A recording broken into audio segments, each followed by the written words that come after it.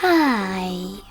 In front of me is VIVO IQOO U5X, and today I would like to show you how you can set up screen lock on this VIVO.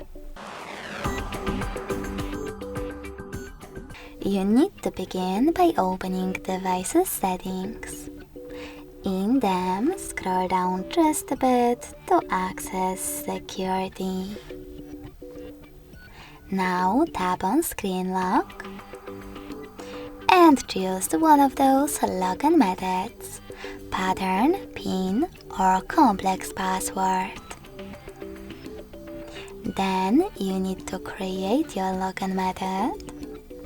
Choose Next at the bottom right corner and repeat it in order to confirm it. When you're ready, choose Confirm.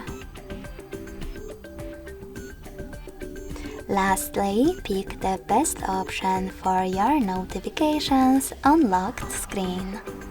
I don't want to see any, so I will go with Don't Show Notifications at all.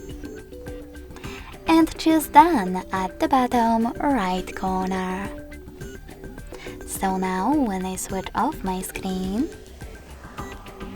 then turn it back on, I can see that pattern is now required.